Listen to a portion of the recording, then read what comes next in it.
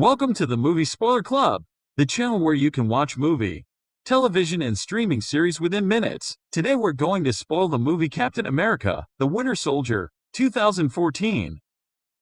This movie story plot is about, after the cataclysmic events in New York with his fellow Avengers, Steve Rogers, also known as Captain America, Chris Evans, leaves in the nation's capital as he tries to adjust to modern times. An attack on a S.H.I.E.L.D. colleague throws Rogers into a web of intrigue that places the whole world at risk. Joining forces with the Black Widow, Scarlett Johansson, and a new ally, the Falcon, Anthony Mackie, Rogers struggles to expose an ever-widening conspiracy, but he and his team soon come up against an unexpected enemy. The movie takes place after 2 years from the battle in New York. As the movie starts rolling, we see Sam Wilson, a retired soldier, jogging in Washington, D.C., and we see another jogging going faster than Wilson, completing multiple laps over Wilson. The second jogger is Steve Rogers, who befriends Wilson while resting. The two introduce themselves to each other, revealing that both are soldiers. Their conversation is interrupted by a text Rogers receives, telling him to stand by. Then there arrives Natasha Romanoff, who greets Wilson and takes Rogers to work in her car. Rogers and Natasha join a group of strike members, a sub-team of S.H.I.E.L.D., led by Agent Rumlow, on a rescue mission on getting back the hostages, including Officer Sidwell, on a S.H.I.E.L.D. ship that's been taken over by a group of pirates. The pirates are said to be led by Batroc, a mercenary. As they fly over the Indian Ocean and approach the location, Captain America jumps out of the aircraft into the water and infiltrates into the hostage ship. He beats everyone that comes in his way and sets the way for the rest of the team. While they are on the rescue, Rogers engaged in a fight with Batroc. In the fight, Rogers gets thrown into a room where he sees Natasha extracting data from the ship's S.H.I.E.L.D. intelligence into a USB drive. Surprised, Rogers goes to check it, and Batroc throws a grenade to them and escapes. Natasha tells Rogers that it was a mission assigned to her by Fury. Rogers goes to the S.H.I.E.L.D. headquarters to meet Fury and questions him about the secrecy behind Natasha's mission. Fury says that he did assign that mission to Rogers because he knew that Rogers wouldn't be comfortable with it, and the reason for its secrecy from the team was that he does not trust anyone. Rogers accuses Fury of not sharing enough details with him. Fury accepts and takes him to an underground level of the headquarters. There, Fury shows Rogers 3 helicarriers in a project named Insight, and he explains about their technology developments to prevent terrorist attacks. Rogers is not happy with the concept of keeping a scan every person to prevent attacks, and he leaves the room. Next day, Rogers goes to the Smithsonian Museum, where there's an exhibit on a display of Captain America. He also observes the exhibit of his dead friend, Bucky Barnes, whom Rogers saw falling out of a train into death. Rogers sees an interview with Peggy Carter talking about the heroic works of Captain America. After watching, Rogers goes to visit her, who's now elderly and has lived a life of her own. She's ill and on a bed now.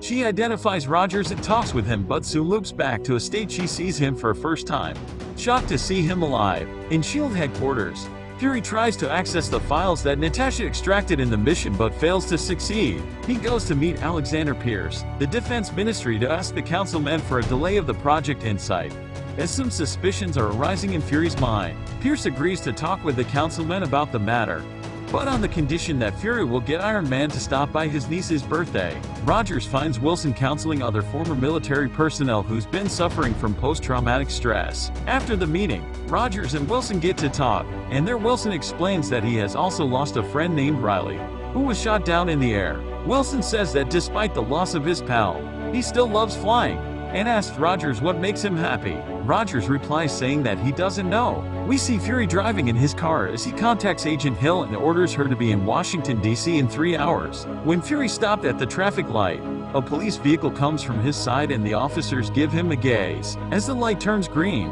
Fury starts to drive again but gets crushed by another police car, followed by 2 more, forcing Fury's car to be stuck in the middle. Multiple police units and a SWAT team approach him and start shooting at the vehicle.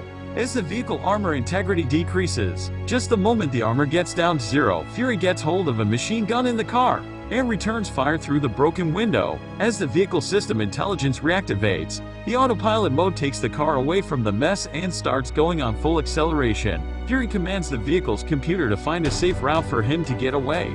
Just when sees a black figure in front of him, the figure shoots a magnetic bomb to attach under the car, causing the car to explode from under and flip over. The man approaches Fury's car, only to see that Fury has escaped the car by burning a hole with his laser weapon. Rogers goes back to his apartment after the long day, and he meets Sharon, his neighbor, going to do the laundry. Before he enters his room, Sharon tells him that he had left his stereo. Suspicious, Rogers enters the room from the window and sees that Nick Fury is sitting on his sofa. Fury communicates with Rogers by showing him texts on the phone, texting that someone could be listening. But before Fury tells Rogers what's going on, he gets shot 3 times. Lying on the floor, Fury hands over the USB drive to Rogers and tells him not to trust anyone. The neighbor Sharon comes into the room armed, revealing that she's Agent 13 of S.H.I.E.L.D. and she tends to Fury. Rogers goes after the shooter, the guy with a metal arm. Rogers sees him running in the distance and throws his shield, but the assassin swiftly catches it with one hand and throws it back to Rogers. Rogers dodges and gets it back, only to find that the assassin has disappeared. Natasha joins Rogers and Agent Hill in the hospital, as they see doctors failing to revive Fury and call in his death. Afterwards, Natasha asks Rogers why Fury was in his apartment, and Rogers replies that he doesn't know. Natasha doesn't believe him and leaves the premises, as Agent Rumlow comes to Rogers saying that he's needed back at S.H.I.E.L.D. Before he goes with Rumlow, Rogers hides the flash drive behind a pack of gums in a shelf. Rogers is brought to speak with Pierce, and he asks Rogers the usual, what was Fury doing in Rogers' apartment? He furthermore explains that Fury had hired the group of pirates to take over the ship so that he can acquire S.H.I.E.L.D.'s classified information. He goes on saying that Fury was killed because the deal went wrong, but Rogers disagrees. Pierce asks the question again, but Rogers refuses to answer, saying that Fury told him not to trust anyone. Rogers gets into the elevator to go down, but suspiciously more and more agents get into it, and each floor the elevator stops, including Rumlow. Roger realizes that something wrong and prepares for it, as suddenly they charge in and engage in a fight with him. Rogers manages to beat everyone, but seeing that a lot more coming, he escapes the area riding out his motorcycle. Jasper Sitwell, a S.H.I.E.L.D. officer, orders the S.H.I.E.L.D. headquarters to be in the lookout for Steve Rogers. Agent 13, whom we met earlier as Rogers' neighbor, demands to know the reason. Pierce comes into the room and tells them that Rogers is now a fugitive of S.H.I.E.L.D. as he's refused to give information regarding Fury's death. Rogers goes back to the hospital dressed as a civilian to get the flash drive he hid, but shocked to see it's missing. Then Natasha appears and says that the flash drive is safe, and she tells Rogers that she identified the assassin from the ballistics of Nick Fury's body. Natasha tells that the assassin is known as the Winter Soldier, and he's wanted for over 200 assassinations in the past 50 years. He had nearly killed Natasha on a previous mission she was on. Meanwhile, Pierce meets with the Councilman, after hearing that Fury hired pirates to hijack his ship. Councilman permit to reactivate the Project Insight. Rogers and Natasha go to an internet facility in a mall, disguised as a civilian couple, to retrieve the data from the flash drive. Although cannot get the data, Natasha manages to find the location where the data came from, and then the two drive to the location they found out, which Rogers recognizes as his old military base. They're in a building and find a hidden S.H.I.E.L.D. chamber that's full of vintage computers, but there's a modern USB port to insert drives. Natasha inserts the flash drive in it, leading to activation of a computer, and they hear the voice of Zola, a German scientist we met in the first Captain America movie. It's revealed that Zola's mind has been preserved and computerized, and it was recruited by S.H.I.E.L.D. with some more German scientists after the war. While they've been working for S.H.I.E.L.D., at the same time they've been building a conspiracy against the agency by rebooting the Hydra Project. This Hydra Project has been growing inside the S.H.I.E.L.D. like a parasite, and it's been responsible for terrorism of the country for the past decade, including president assassinations and the car accident that killed Tony Stark's parents. As Zola explains,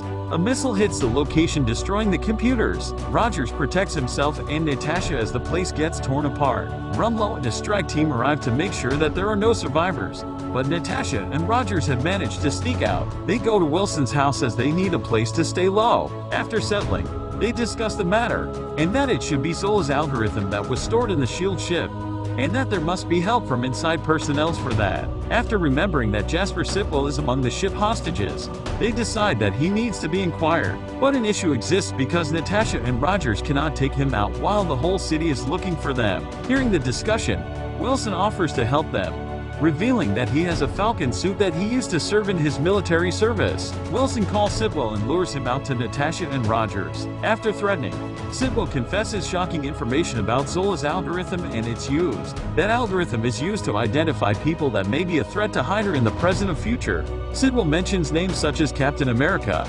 Stephen Strange, Bruce Banner, and says that the helicarriers in the Project Insight will destroy them, millions at once. It's known that the Project Insight will be in operation in 16 hours. The three of them drive to the headquarters with Sitwell to prevent the launch, but get interrupted by the Winter Soldier, joined by a group of Hydra agents. After engaging in an intense fight, Rogers manages to remove the Winter Soldier's mask and freezes.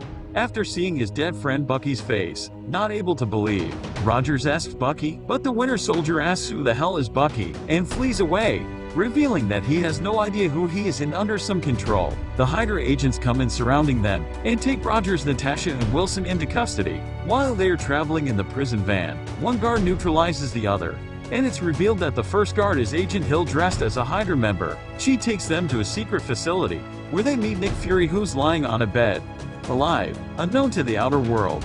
He's been saved by a serum that had been developed by Dr. Bruce Banner to control the Hulk. They discuss that all the three helicarriers must be destroyed before the launch, and Fury gives control to Steve Rogers for giving the orders with 3 computer chips to destroy the helicarriers. In a Hydra chamber, the agents are working on fixing the metal arm of the Winter Soldier, which was broken in the fight with Rogers. While he has a few flashbacks about his old life, Pierce comes in and asks Winter Soldier about the mission report, but Winter Soldier doesn't respond back, saying that the man on the bridge knew him. Pierce orders to torture the Winter Soldier to get him back in the killing mode. The Councilmen arrive in Triskelion, the S.H.I.E.L.D. headquarters, to meet Pierce and look at the Project Insight. Rogers and Wilson break into the headquarters, and Rogers uses a microphone to access the whole S.H.I.E.L.D. through speakers and explains the Hydra situation, that Pierce is the main traitor of it, and that they must stop Project Insight from happening. After that, Rumlow and Strike Team comes into the control room and orders S.H.I.E.L.D. operators to release the helicarriers. Having listened to Rogers' statement on the speakers, the operators refuse to activate it, and a gunfight starts between S.H.I.E.L.D. and Strike agents. But amidst the bullets, Rumlow manages to release the helicarriers, as Captain America and Falcon go for the helicarriers to destroy them. In Triskelion, the Councilmen are taken into the custody of Pierce after hearing Rogers' statement. When a Councilman refuses to join his plan, Pierce pulls a gun to his head, but suddenly the Councilwoman becomes energetic and beats the guards, throwing Pierce's gun away. It's revealed that it was Natasha who's been pretending to be the Councilwoman, followed by the arrival of Nick Fury. To Pierce's surprise, Fury forces Pierce for the scan, and with the 2 of the highest clearance agents' verification, Natasha overrides the Project Insight. Pierce pulls an electro device on the other Councilmen, burning them as Fury shoots him dead, Pierce saying the last words, "Hail Hydra." Meanwhile, Captain America and Falcon manage to insert computer chips onto helicarriers, but they are confronted by the Winter Soldier on the 3rd helicarrier, who breaks Falcon's suit and causes him to fall off. Falcon barely survives, activating a parachute just before landing. On the 3rd helicarrier, Captain America engages in a battle with the Winter Soldier in an equal fight, and Cap manages to insert the chip into the helicarrier and commands Agent Hill to launch the destruction. Hill overrides the project and alters the set targets to each helicarrier, and launches the weapons, letting the helicarriers destroy each other. On the last helicarrier, Captain America and the Winter Soldier are still fighting with each other, but as the launch activated, Captain America lets Winter Soldier take him out if he wants, saying that he's with Bucky till the end of the line. The quote brings something back to the Winter Soldier as he stopped punching Rogers, but an explosion in the carrier causes Captain America to fall deep into the water, knocking him unconscious. Next, we see Winter Soldier dragging unconscious Captain America to the shore and walking away. Later, Rogers wakes up in a hospital with Wilson sitting in the side. In the aftermath, Fury meets Natasha, Rogers, and Wilson at his own grave. She gives a file about Bucky's information on his transformation to Rogers. After greetings, Natasha and Fury left, but Wilson stays with Rogers, realizing that Rogers is going to go and search for the Winter Soldier, and the movie ends as Wilson asking Rogers, "When do we start?" In the mid-credit scene, we see Herr von Strucker in a discussion with a fellow Hydra agent, implying that even though they lost some agents, their strongest weapons are still with them, pointing out Loki Scepter and the twins, Pietro and Wanda Maximoff, also known as Quicksilver and the Scarlet Witch. In the post-credit scene, we see Bucky walking in the Smithsonian Museum and staring at his Bucky Barnes' memorial. Movie trivia. Do you know that Anthony Mackie's appearance in this film fulfills his dream of playing a Marvel comic book character? He wrote a series of email pleas to Marvel, wanting to play any comic character that would appear on film, though the studio repeatedly replied to him that they will respond in due time. Mackie's emails caught the attention of producer Kevin Feige, who subsequently offered him the role of Sam Wilson, also known as Falcon. This movie gets the movie rating of 7.7 from IMDb, Tomatometer rating of 90 and audience score of 92 from Rotten Tomatoes. Thank you for watching and be sure to hit like, subscribe, share your thoughts in the comments section, and hit the notification bell for the new movie spoiler video every week.